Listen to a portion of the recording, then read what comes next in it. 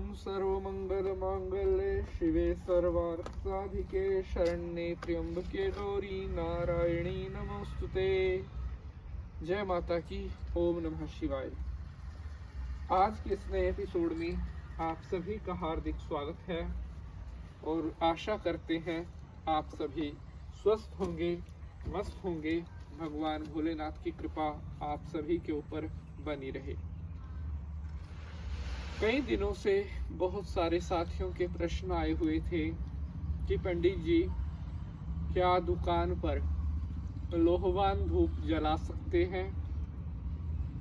इसको दुकान पर जलाने का कोई नुकसान तो नहीं होता, और लोहवान धूप अगर हम अपनी दुकान पर जलाते हैं तो इसका क्या असर हमारी दुकान पर होगा, इसके क्या प्रभाव अच्छे बुरे, लोहवान धूप दुकान पर अगर जला सकते हैं तो इसको कब जलाना चाहिए। इस तरह के लोहवान से जुड़े हुए बहुत सारे कमेंट हमारे पास काफ़ी दिन से आ रहे थे।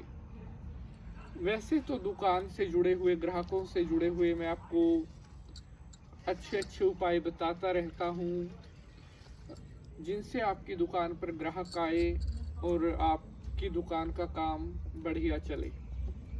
लेकिन पिछले काफ़ी दिनों से हमारे पास धूप से रिलेटेड बहुत प्रश्न आ रहे थे कि पंडित जी, दुकान पर कौन सी धूप जलानी चाहिए जिससे ग्राहक हमारी दुकान की तरफ अट्रैक्ट हों, हमारी दुकान की सेल बढ़े, दुकान में ग्राहकों की कमी ना रहे।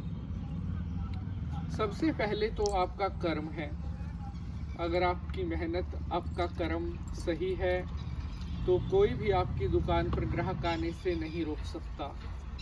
और अगर मेहनत करने के बाद भी आपकी दुकान पर ग्राहक नहीं आ पा रहे हैं तो हो सकता है कि किसी न किसी तरह का कोई ग्रह की पीड़ा हो, या आपका भाग्य थोड़ा कमज़ोर हो सकता है, या अन्य कोई बाधा भी हो सकती है जिसकी वजह से आपकी दुकान पर ग्राहक ना आ रहे हों।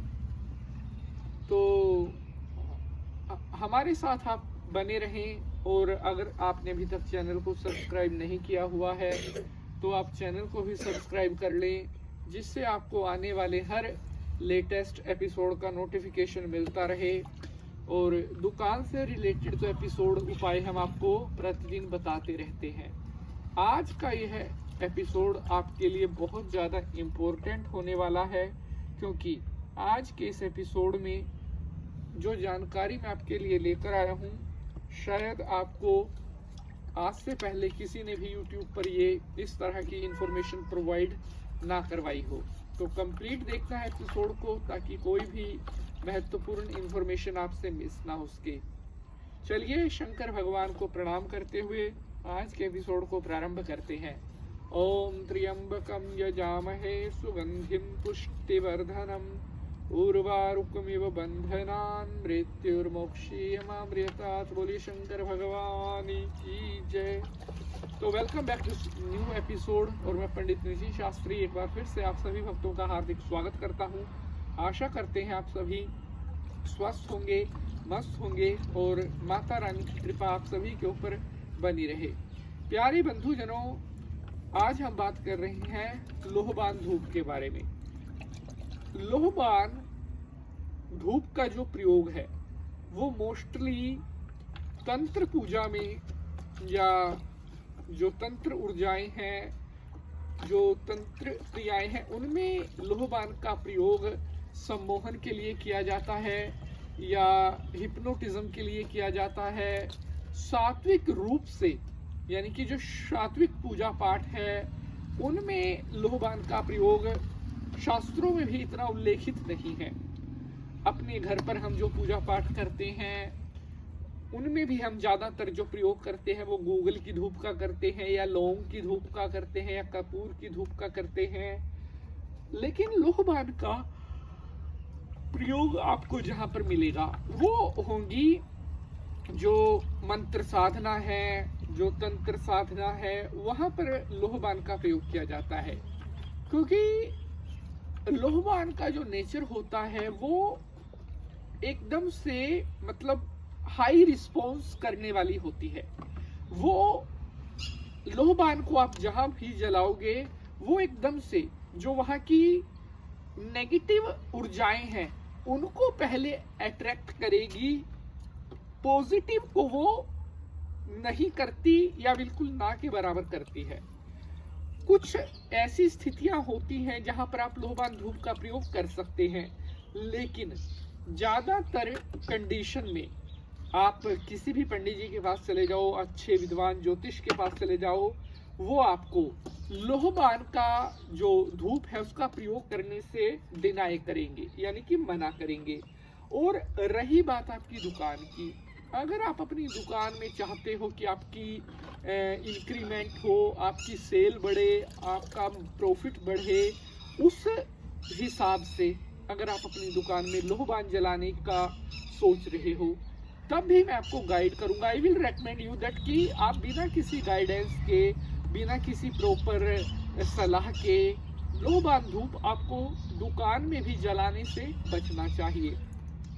क्योंकि अगर आप अपनी दुकान में लोहबान धूप जलाते हैं तो हो सकता है वो आपको सूट ना करे, वो आपके ग्रहों के अनुकूल ना बैठे, तो हो सकता है अभी जितना आपका काम चल रहा हो वो काम भी आपका डाउन हो जाए।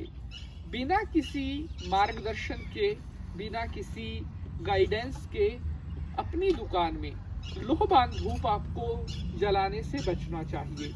अगर आप अपनी दुकान में धूप जलाना चाहते हैं तो आप गूगल की धूप जला सकते हैं, गाय के गोबर का जो उपला होता है उसकी धूप दे सकते हैं, आप लौंग इलायची की धूप दे सकते हैं, आप देशी कपूर की धूप दे सकते। बहुत सी धूप ऐसी हैं जो बहुत ज़्यादा पॉजिटिव कही गई है, शुभ कही गई है, उन धूप को आप अपनी दुकान में जलाएं।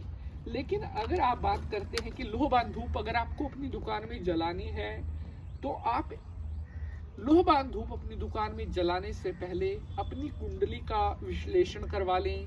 किसी अच्छे ज्योतिषीय विद्वान को अपनी कुंडली दिखाएं कि आपके हिसाब से लोहबान आपको सूट करेगी या नहीं करेगी।